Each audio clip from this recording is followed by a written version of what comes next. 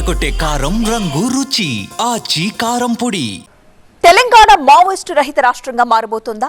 ఇప్పటికే వందలాది మంది లొంగిపోగా మిగిలి ఉన్న మావోయిస్టులు కూడా త్వరలోనే సరెండర్ అయ్యేందుకు సిద్ధమవుతున్నారా?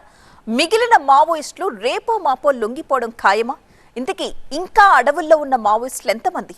వారు లొంగిపోవడానికి తెలంగాణ పోలీసులు ఎలాంటి యాక్షన్ ప్లాన్ అమలు చేయబోతున్నారు?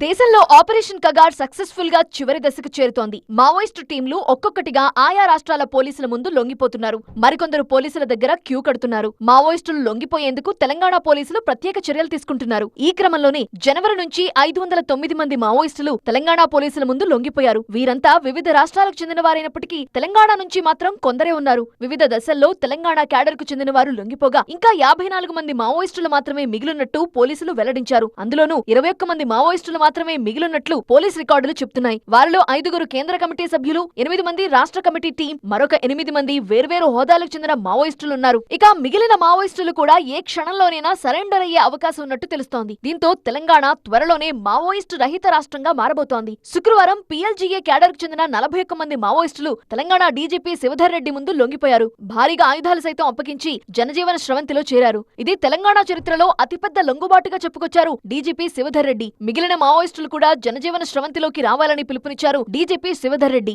తెలంగాణ ప్రభుత్వం తరపు నుంచి, తెలంగాణ పోలీస్ తరపు నుంచి మరొకసారి ఓపెన్ ఆఫర్ ఇస్తున్నాము. వాళ్ళు ఎంత ఫాస్ట్ గా వీలైతే అంత ఫాస్ట్ గా బయటకు రావచ్చు. పోలీసుల ముందు వాళ్ళ ఆత్మసమర్పణ చేసుకోవచ్చు, ప్రభుత్వం ముందు లొంగిపోవచ్చు. వాళ్ళకి సంబంధించినటువంటి ఎట్లయితే వీళ్ళతో ఇట్లా ట్రీట్ చేస్తున్నామో ఆ విధంగానే వాళ్ళకు ట్రీట్మెంట్ ఉంటుంది. ఎక్కడ కూడా వాళ్ళని వాళ్ళ గౌరవానికి తగ్గట్టుగానే వాళ్ళని ట్రీట్ చేస్తాం. కాబట్టి వాళ్ళు కూడా మళ్ళొకసారి మా పిలుపుని అందుకొని తొందరగా బయటకు వస్తే మంచిది.